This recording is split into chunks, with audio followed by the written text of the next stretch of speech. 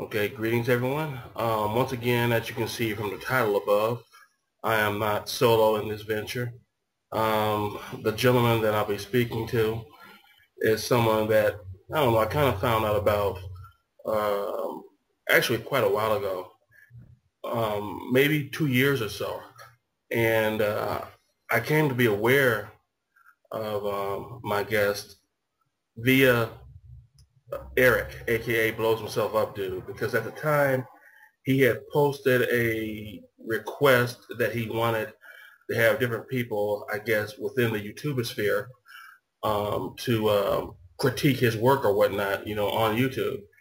And from that, I saw that this gentleman was, at the time, very heavily into the action figures and whatnot. And I believe I became aware of the term articulation when it wasn't addressing speech, primarily from, this person's videos when you be talking about the different DC Universe characters. So, um, without me blathering on incessantly, anyone who happens to chime in, I hope you'll welcome my guest, Andrew Cutter. How are you, sir? Oh, I'm doing well, and how are you? I'm hanging in there. I can't complain. I can't complain. Okay. Um, I don't know if you wanted to start because I know we're going to be talking about things that we wouldn't mind seeing, be it live action or animation or whatnot. Mhm. Did you want to get kick the ball running, so to speak? I guess so. I mean, you want to, might as well start with, I guess, animation. Okay. Okay, cool.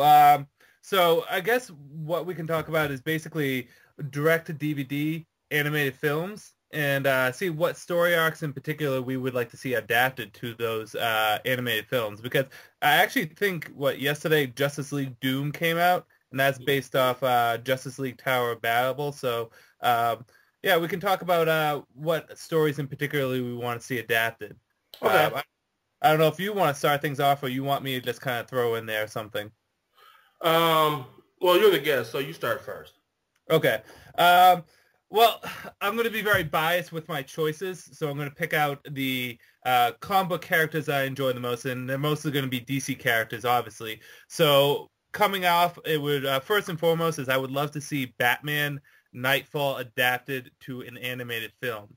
And the reasons why I say that is, for me, Nightfall is one kind of the blueprint on what all Batman comics should be. You know, it has a good slew of characters. It's easy to get into.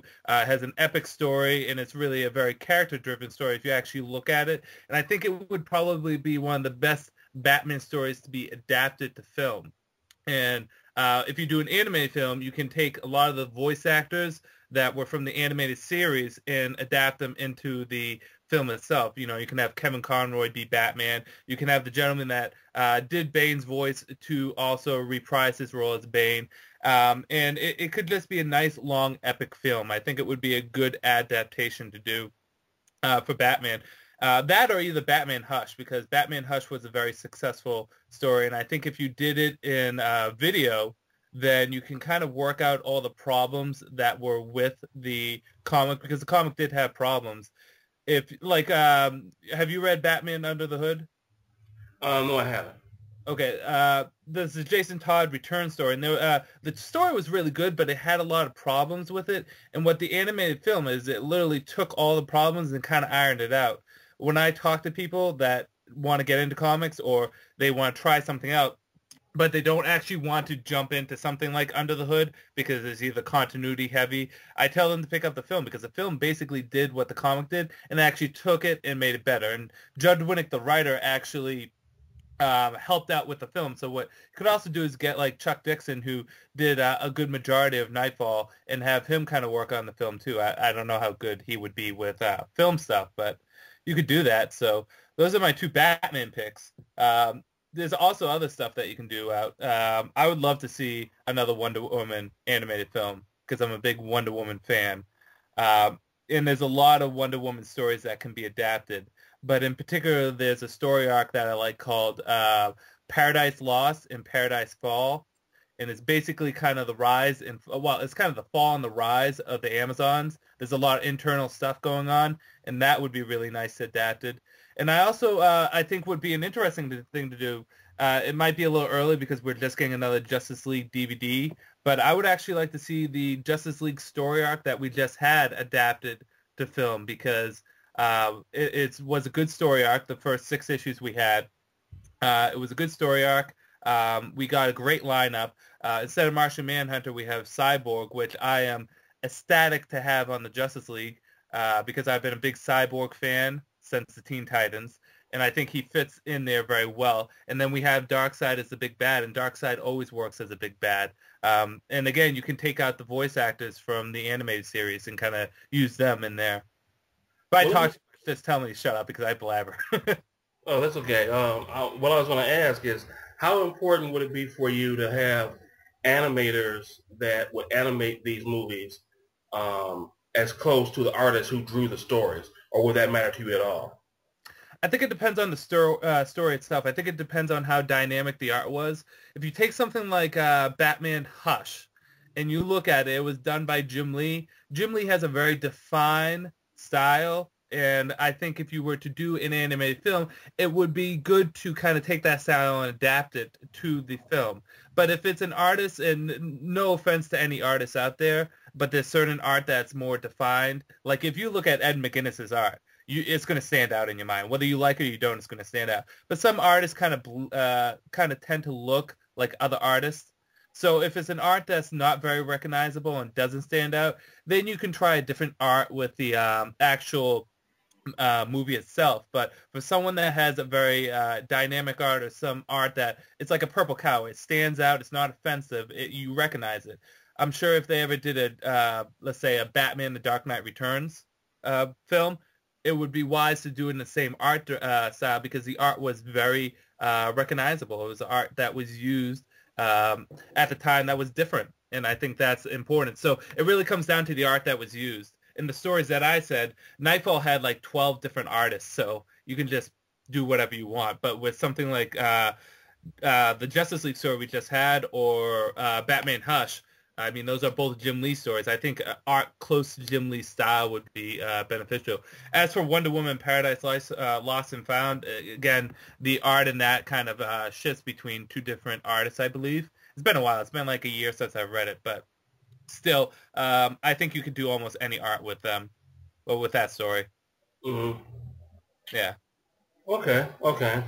Well, I know I didn't have that many things in mind as far as animation goes, but one that I did have in mind was a Marvel one, and this was Old Man Logan it was the miniseries within Wolverine's regular series. Yeah. I don't read Marvel, but my buddy is like the Marvel equivalent to me. Mm-hmm. I'm obsessed with DC. He's obsessed with Marvel. And I said to him, if I was ever to get into a Wolverine comic, where should I start? X-Men, Wolverine. He said, Old Man Logan. You have to pick that up. So yeah, it was intense. I think the only problem would be with Marvel being how Marvel is with their animated features. There would have to be a lot they would cut out because some of the scenes in there are pretty graphic, and there's a sort of a pseudo semi-incestuous kind of vibe going there with the Hulks as well. So it wouldn't be something easy to adapt. But I think the challenge of adapting it would be well worth it.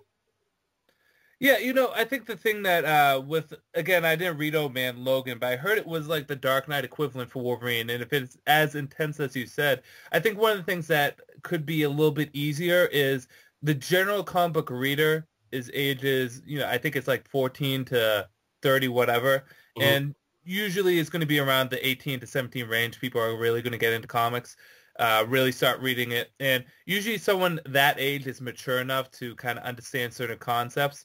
Mm-hmm. So where you would have to take certain issues like a pseudo-incestuous relationship with the Hulks, you would obviously need to handle that gently. That's not an easy topic to handle. But I think certain viewers of these are going to be mature enough that you can actually do some of the more intense issues in a story like Old Man Logan and not demean the value that is the comic.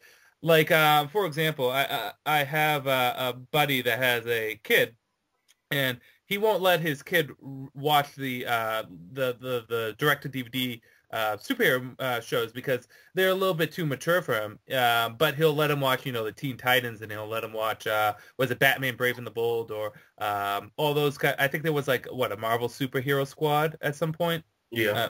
Yeah, it's been forever. So I think with something like Old Man Logan, again, I didn't read it, but it could be not as hard to adapt, depending on how intense it's kind of funny. Doesn't Marvel do some incestuous stuff? Didn't in like the Ultimates, didn't was it Quicksilver and Scarlet Witch have like a weird relationship going on there too? Yeah, they didn't exactly say it was, but you could sort of tell. It was hinted. I don't think you can really come out and say that, but I mean that's that's an interesting thing Marvel does. But I would like to see an Old Man Logan film, because whereas I am a comic book reader, as you guys as you would know, I'm very dedicated to DC, but I'm not opposed to Marvel. So if I was to ever get into Marvel, I think the first thing I would do is I would probably watch one of those videos as kind of like a gateway drug into the comics itself. So if I watched Old Man Logan, I would say, this is pretty good. And then I probably would have to talk to someone that's read the book and said, how loyal is this to the book? And if it is loyal, then I might actually pick up the book just to see. But I can pretty much tell you right off the bat that although it's not said officially one way or the other, it's probably as close to a Marvel version of Elseworlds as you get. Yeah. It doesn't like, I'm not too sure on how Marvel handles their universe, but isn't their main universe called 616? Yeah. And then have the Ultimate Universe also, correct? Right. But this is 616 based, but it's still very Elseworlds-ish in its content. So it's kind of like All-Star Superman or Batman the Dark Knight, where it has a lot of the attributes of the main universe, but it just takes it off in a different direction. Yeah, that would about sum it up. Yeah. That would about sum it up. Oh. Yeah. Well, is there any other films you would want to see adapted to? The only other one, which is another miniseries, is World War Hulk. Oh, I also heard about that. A lot of people said good stuff about. Excuse my ignorance, but isn't Hulk like really intelligent in World War Hulk? Well, he's not what he was when he wasn't what he was when Peter David was writing him. Because when Peter David was writing him, he basically wrote the Hulk as Banner. Banner was the brain and Hulk was the body. Mm-hmm. In World War Hulk, it's more like it's Hulk's personality, but he's not an idiot. The closest I could compare him would be take Ben Grimm, get rid of the sense of humor, and that was basically the Hulk. Wow. Nothing is scarier than having the Hulk be like in control of his madness. I heard World War Hulk was like a big, huge story. Wasn't done by Bendis, is it? Or I could be wrong. I don't know the Marvel writers as well. I gotta check to be sure, but I'm 90% certain that it wasn't a Bendis deal, because Bendis primarily does Avengers. Okay. But in World War Hulk, it was just, well, a little brief sort of semi-synopsis is a bunch of different leader types that were leaders of heroes kind of decided to send the Hulk away, which kind of took place in the big event prior to World War Hulk, which was Planet Hulk. Okay. They sent him away, and then eventually Hulk made his way back to his home world, Earth, and he was none too pleased. and he wanted to get vengeance on those who wronged him. It was wonderfully done. I didn't like the art, Hmm. but I love the story. I love the story. It I was think if I was to read a Hulk story, I'd probably be very anal on the Hulk when it came down to art, because I would want my Hulk to be incredibly huge and massive. yeah. But Well, he was drawn huge and massive, but this guy's style I've never liked. It was John Romita Jr. I never heard of him. Okay. Well, his father drew Spider-Man Okay. back in the day. Um, but the guy that drew the covers, I'm pretty sure you're aware of him. That's David Finch. Oh yeah. Yeah. Yeah, I wish he had done the interiors. David Finch is a pretty good artist. You know, the only problem I have with David Finch is his people always look like they're grinning or they're brooding. But I think for a Hulk story that would work out perfectly. David Finch is a really good artist. He's on Batman: The Dark Knight right now, I believe. Yeah. But speaking of Marvel, if I can interject, I didn't think of this, but I was thinking of, like, as you were speaking about this, what Marvel stories I would want to see as an outsider looking in. And the Marvel stories that I would like to see are three in particular, put into animated films. I mean, some people know this, some people don't, but I used to like Marvel a lot when I was a kid. When I grew up, I started to go back more to DC. But I would like to see a Dark Phoenix saga film. I think that would be pretty cool. An Age of Apocalypse film, because Age Apocalypse was pretty badass, and also a what is it, Civil War? I heard that was a big story arc, and it sounded interesting. I never read it, but I Yeah, heard that was people tend to be kind of mixed on that. yeah, it's kind of either which way. I Yeah, I heard mean, I bought the miniseries. I liked where it was going, but I thought the ending sort of fell flat. I felt from what I heard from people, I heard the one of people's biggest problems with Civil War is that everything that was done with Civil War got undone. Like Spider-Man revealed his identity, but now he's secret again, and Captain America was killed, but now he's back again. So again, I don't know. I remember looking at all the posters of Civil War, and I heard the talk about it, and it sounded interesting because it is an interesting concept. What happens when we have all these metahumans or all these, are they called metahumans in the Marvel universe, or are they just called mutants or superpowered people? Well, the mutants are definitely called mutants. Mutants. I believe the meta term is used in some form or fashion, but usually when you're talking about the X-Men or stuff like that, they just go ahead and say mutants. Yeah, I'll just say metahumans because that's what I'm used to. But this world where we have metahumans, it's like, the government is going to want to regulate them. The government is going to want to keep control of them. The government wants to keep control on stuff. You have someone like Superman or someone like the Hulk or someone like Thor going around. I mean, you're going to want to put your thumb on them, especially like someone like the Hulk or someone like Superman, Superman is like a god level strength. And you look at someone like the Hulk, isn't that the more angry Hulk gets, the stronger he gets, so there's like no limit to his strength level? They don't talk about it like they used to back in the day, but it's still essentially the same. Yeah, so I mean, if I was the president, or if I was part of a secret agency like SHIELD or Cabinet or something, I would want to get a hold of one of those people because, one, they would be a person that would be a great threat, and they would also be a person that you would want to kind of have as, a defense in case something happens. So wasn't that the whole big deal, that they would have to register their name, and they would be the government's, sanction, and some of them weren't? Like, wasn't Captain America not for it, but Iron Man was, and like Ms. Marvel was for it, but Spider-Man wasn't until the end? I didn't read it, so I'm not sure, but it sounded like an interesting concept. Yeah, you're pretty much accurate on all counts. Yeah. Spider-Man was like one way, and then he kind of saw things in a different light and all that. So the only thing that I hated, and this is purely what would I call it, on a visual aesthetic, is that I think he got one of his best costumes within Civil War. Oh, is that Spider-Man. Iron Man costume? Yeah, it's the orange and red, or I mean it's the orange and yellow.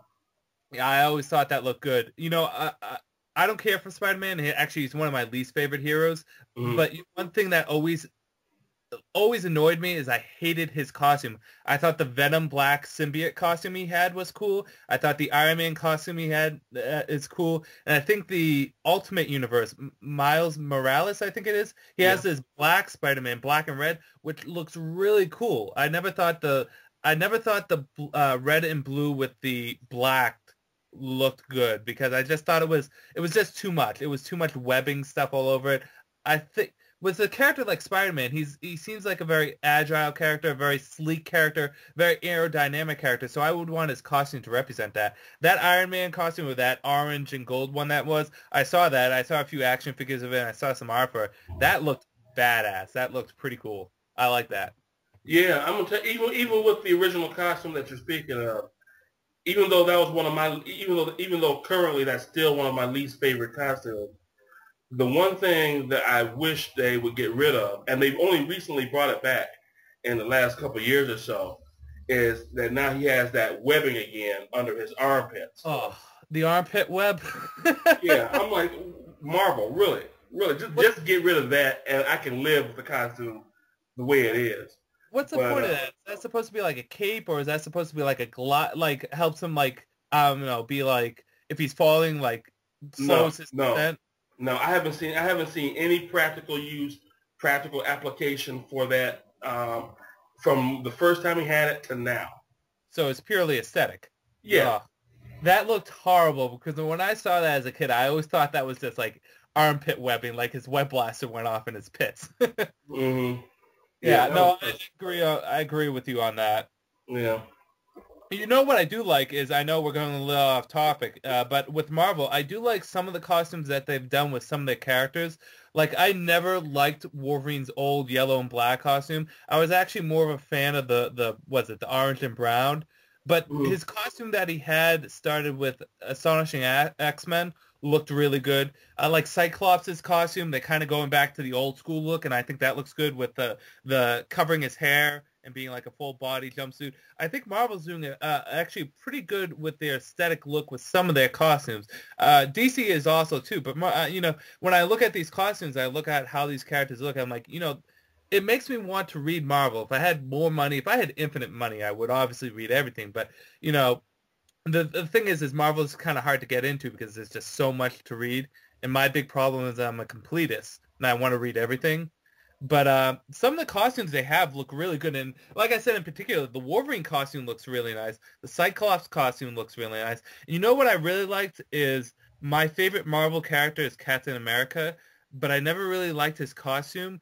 I think it's Bucky or the Winter Soldier. When he was Captain America, that costume was pretty badass. Yeah, that was kind of cool. I'll say this. There's Rob Liefeld.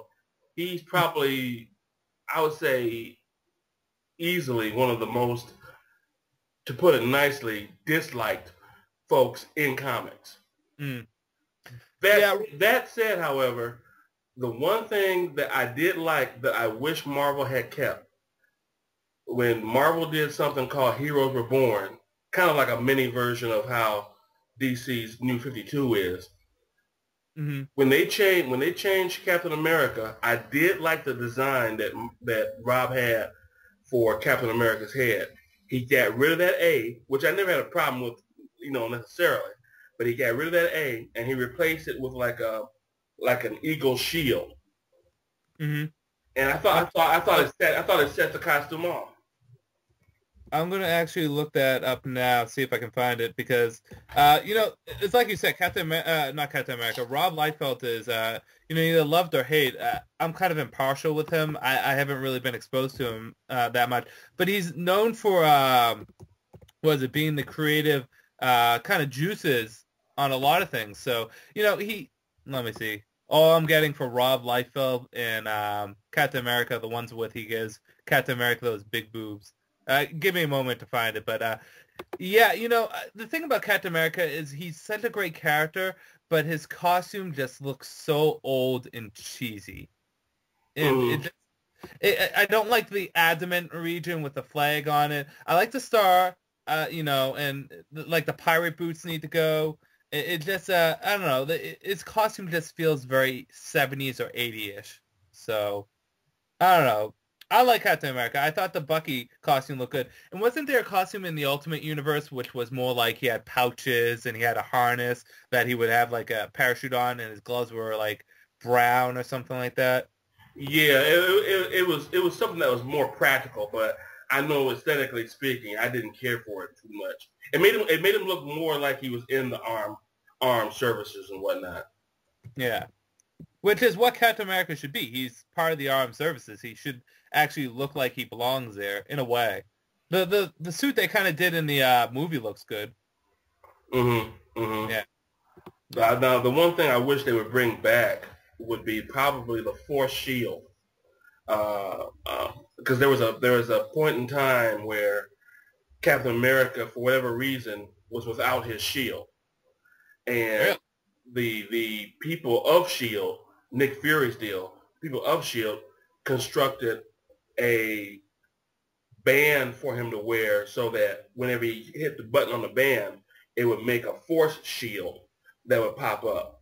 Now, Oh, I knew they were going to eventually bring the original shield back, but yeah. the thing was, I don't see a need to throw the baby out with the bathwater.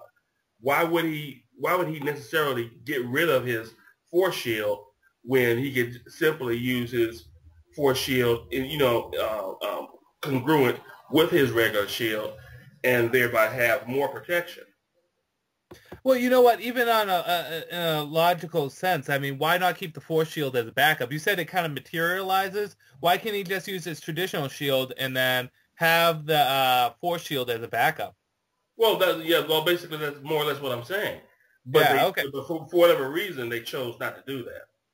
I think I found the picture that you were talking about of Rob Liefeld's Captain America. It kind of has like an eagle, red, white, and blue for the chest. Yeah, that sounds kind of right. Yeah. And he put a little bit more white in the face, but he took away the A, and there's no wings on the side. Yeah, that's probably it. Yeah, it looks good. I like it. It definitely looks better than the one we have now because, like I said, I don't care for the Captain America costume. I thought the one that it's Bucky, right? That's what his sidekick was, right? Yeah. Yeah, the one that Bucky had that had the black on it, that looked good. It actually made the red, white, and blue look good at the bottom. I mean, color-wise, aesthetically, his costume matches well. It's just visually, I don't care for it. It just, I don't know. Colors can go together well. Doesn't mean that the costume is going to look good. But that's just me. I mean, I know a lot of people like Captain America's costume. The funny thing is I think his costume is meh, but he's my favorite Marvel character. So. Mm-hmm. Mm-hmm. Well, he's definitely in my top 10. Probably, I say number 2. I think the only character that I have really above him is the Black Panther. Now, he's the one that's in Africa that is married to Storm, right? Right. Yeah, I always thought he was badass. I like Storm also. So when they kind of got hitched, I thought that was kind of a cool thing to do. Back when I was a kid, the thing is when I've always been 100%, Batman has always been my favorite superhero. But there was a time when I was like 10 to 14 when I liked nothing but Marvel and then Batman. So I was obsessed with Wolverine for some time. And then he went kind of downhill in my book. But aren't they doing something now where he's actually running the school of X-Men? Yeah, I'm not really following it, but yeah.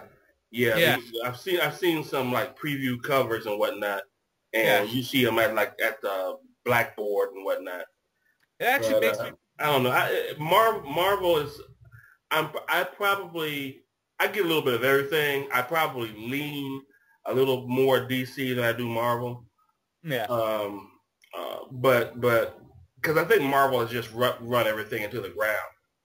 You know, not just that. I think, like I said, one of the biggest problems for me going into Marvel is there's two things. One is that I just don't have enough money. I think I counted out like 36 DC titles, and that's not including like all the like the IDW and the Image I get. I just don't have money. But if I was to get into Marvel, one of the most intimidating things for me is the way they do continuity is everything's canon.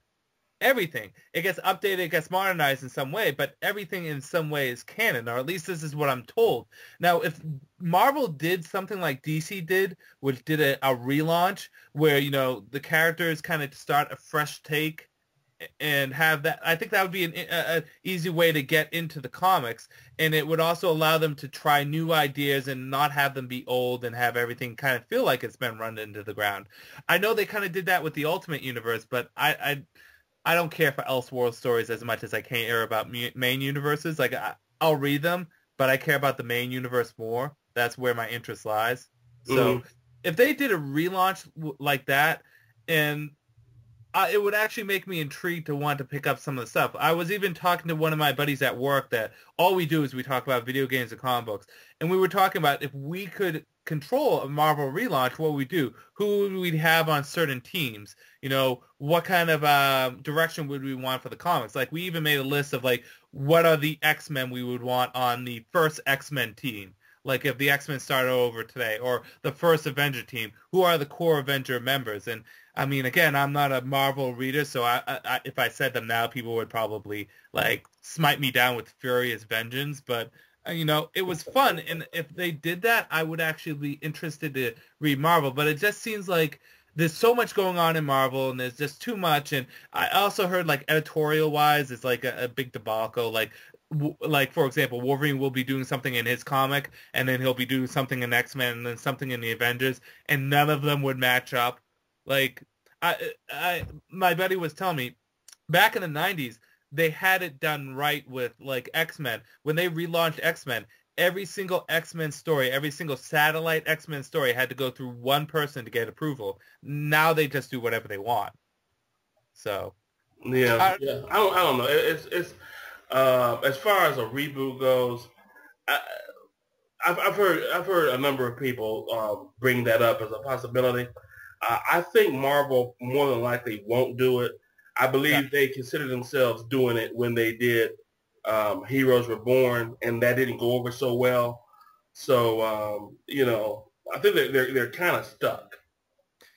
Yeah, the problem is you have to go all or nothing with the Heroes Reborn. From what it sounds like they didn't. They just made it kind of. They also do that point, like, issue .1 thing, which bothers me because that would annoy me. But it's just not. It doesn't seem like it's accessible to new readers, because when I went to my comic store after Steve Rogers got brought back to life, this was right before the relaunch happened. One of my comic book guys gave me a free issue of Captain America #1. I actually have it right there next to me. It's up on my bureau. But and I was excited. I'm like, oh, Captain America #1. This is going to be easy for me to get into. Maybe, just maybe, this makes me want to pick this up monthly, just to say I'm picking up Captain America. And I read it, and I didn't know half the people in it. The only people I knew was Dim Dung Dugan, I believe is his name.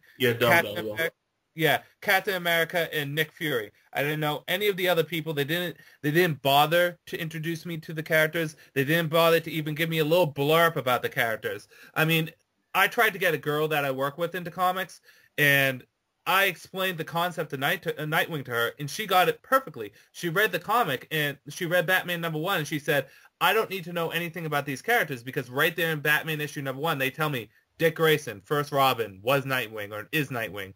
My girl, my fiance is reading some comics with me. I didn't know if you knew that. She reads Flash and Supergirl, and she feels perfectly welcome getting into it because she understands it. If it's inviting to her, I don't think Marvel makes their comics as inviting. I mean, I could be wrong because I don't read Marvel, so I'm just blurting out of my mouth. But I don't want to go into it because it just doesn't seem inviting. It seems like too much for me.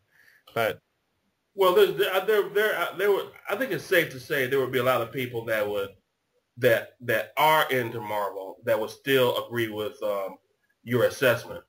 Oh, really? Okay. Yeah. I didn't want the Marvel fanboys to come down and just get mad at me, be knocking on my door and waiting for me outside. But no, I mean again, this is an outsider's perspective. And the thing is I kind of want to like Marvel. When it came down to me, that between Marvel and DC, it's always come down to two philosophies. And actually, Linkara from Atop the Fourth Wall said this probably best. People who like DC will like characters that they look up to, and also a comic book universe that embraces their comic book aspect. Whereas Marvel, you look at characters that you relate to and characters that are a little bit more realistic. Last time I checked, there's like no one in the Marvel universe that actually wears like a kind of an old school superhero costume with the cape and the big emblem. They're all kind of, paramilitary looking. I think like, was it Magneto, Storm, and Doctor Doom still wear capes, but no one in the Marvel universe wears capes anymore. I think capes look good. They're flashy. They're out there. And again, this is just me, but I mean, I want to get in the Marvel universe because I always like to try things new. And I mean, it just, I don't know, it just doesn't work. Well, let me ask you, did you ever see The Incredibles? The Incredibles. I watched 75% of that movie. My fiance takes, no joke, 40 minutes to 2 hours to get ready, even when I tell her I'm going to be there. So one time I sat down and I watched The Incredibles. And, are you talking about the no capes thing? Never wear capes? Yeah. It's kind of like when Dick Grayson became Nightwing again. He's like, oh, thank God, I don't have to wear the cape anymore. It always dampers my movement. Yeah, I mean, the thing is it's comic books. It's supposed to be fantasy and fiction. Right, so, right. I mean, the capes are part of the aesthetic. They're purely there for the aesthetic. The only superhero I can think of that can logically use a cape, and I mean, this is off the top of my head, is Batman, because he uses it as a way to kind of be stealthy or to give off that notion of being the creature of night, or even uses it as kind of a way, as a glider in a way, kind of, to slow his descent. Other than that, there's no reason why Superman should wear a cape. But it looks cool. The parallel, I hate to bring his name up because a lot of people see him as Marvel's version of Batman, but Moon Knight, I always thought was kind of interesting, especially how they phrased it in one book. I don't know whether it was the Avengers or what, but Hawkeye was sort of laughing at him because he wears a white suit, or he wears a silver suit or whatnot, and he was kind of like, don't you know that the criminals can see you coming from a mile away? And Moon Knight's reaction was, I want them to see me coming. And it was like, within the context of how he said it, I know I can't get the point across as well as how I like to, but it was kind of like you knew as a bad guy your doom was approaching when you saw Moon Knight. No, that's perfectly said. Moon Knight's a guy that has the powers at night but doesn't have them in the day, right? He has the bow staff. I think they might have retconned that. Yeah, I listened to some podcasts, and he has like the powers of Wolverine or Spider-Man and Captain America all at once. I think that's a perfect answer to the concept of being flashy, and it's like Batman. What's the point of having the ears?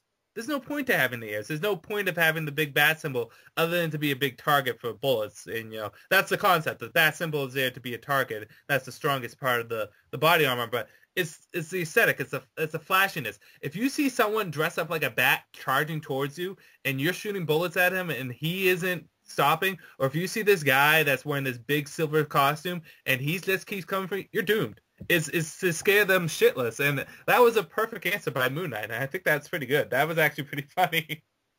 Yeah, well, I tell you, I know as far as Batman goes, I tend to have a different tact than a number of people. Personally, if I were doing Batman, I would make him closer to how Frank Miller did, minus the bad stuff that Frank Miller did, but I'd make him closer in tone to what Frank Miller did in terms of Batman being a little bit unhinged, and I would totally have DC's people rethink whether or not they want to have Batman either just flat out not kill people the way that he has been not doing, or at least update why it is he doesn't kill. Because I never bought into the fact that, because his parents was gunned down, that was a reason for him not to take the life of criminals. I never bought into that. I don't think it's the fact that his parents got gunned down. I think that's the most commonly used one. But when I think about why Batman can't kill, I think is that he's just not capable of. I think it's that it isn't the fact that his parents got killed. It's the fact that he doesn't want to turn into what caused his parents to get killed. I mean, that's one of my interpretations. But my answer to you on kind of having a more of a Frank Miller like Batman in the sense that he's a little bit more unhinged and a little bit darker, and this is going to be an unpopular answer with a lot of people, but I thoroughly get this, is Jason Todd is really kind of like that. Jason Todd is a anti-hero. He is very uneasy, but he's not insane. He has a lot of baggage, and he's willing to kill when necessary. And he will do it because he thinks it's the right thing to do. And he has a good reason to. A lot of people don't like Jason Todd for, because he died and they came back. And I thought that was always a stupid reason because, and maybe I'm insulting some people with that, but it's comic books. Everyone comes back to life. Except for Thomas and Martha Wayne in the Planet of Krypton. And guess what? The Planet of Krypton did come back. Everyone comes back to life in comics. But Jason Todd is really a good getaway for people that want that edgier kind of Batman feel without tarnishing with what Batman is, or at least what people may think would be tarnishing Batman. Personally, I would never want Batman to kill. That's just me. I was scared shitless when Grant Morrison was doing Batman R.I.P. that it was like the thing that would change Batman forever. And I thought he was going to have Batman kill, and I would never want that. But like I said, Jason Todd is a good way to get into that, unhinged kind of baggage character that will at the same time be a little bit, darker and will do that stuff. I mean, what's going on in Red Hood and the Outlaws is kind of, it's been topsy-turvy. It's been, some of it's good, some of it's bad, but Jason Todd's really not that bad. A lot of people just hold resentment for the sake of holding resentment. I don't know. What's your personal views on Jason Todd? Do you have you read anything with him, or do you just not like him? Well, as far as Jason Todd goes, I guess you could say I'm fairly indifferent. Mm-hmm. The Red Hood and the Outlaws, that was something that when I thumbed through it, I didn't care for the look of the book. Yeah. It reminded me, the art reminded me too much of Bill Sienkiewicz, who drew Moon Knight back in the day. And I don't like that real etchy style. No, I can't blame. I can't blame you on that. I agree with you on that. The series does get a little bit better. I think the problem with Red Hood and the Outlaws is the fact that the Outlaws are two random people, Starfire and Arsenal, Red Arrow, or he's called Arsenal now. I think if they were to do Red Hood and the Outlaws, it should have been Red Hood, Huntress, and then Cassandra Cain, because those are three dark, edgy characters that have that bit of a backstory to them that, gives them this baggage. And they can be dark and edgy in a good way. Not dark for the sake of being dark, but, and the artist should reflect that. I think with characters like that, the art should be a little bit more grim. The art should be a little bit more darker, some shadows. I mean, the first issue, they're all out in the cabanas, drinking alcohol and, having sex. It's like, I want to see them go out in the dark of night and take out criminals. So okay, now Cassandra Cain, that's the former Batgirl, right? Yeah, that's Batgirl number 2, who's currently missing in the DCU. She's not missing, but they haven't written anything with her right now. She's the last character name she had was Black Bat, which was basically the Batgirl suit she had with like tape for her gloves, and she wore like a domino mask like Robin, only with like points. Like know the Batgirl mask? Have you ever seen Batman and Robin, the movie? Mm-hmm. It's kind of like the Batgirl mask for that, only it's completely black and it's on the it fits her costume. It didn't look bad. Actually, one of my biggest complaints with Batgirl's costume is even though it's effective as like a creature of the night costume, it just wasn't Batgirl to me. I didn't like the mouth getting covered and the eyes getting covered. And I thought the domino mask looked good. But yeah, Cassandra Cain is the second Batgirl. And one of the and I love Barbara to death, but Cassandra Cain was one of my favorite characters too. So I'm kind of missing her. I think she should have been in Red Hood of the Outlaws. Mm-hmm. Mm-hmm. Yeah. Well, to swing it back to the centralized topic that we were going to discuss. We went off topic big time. Yeah. Well, hey, it happens.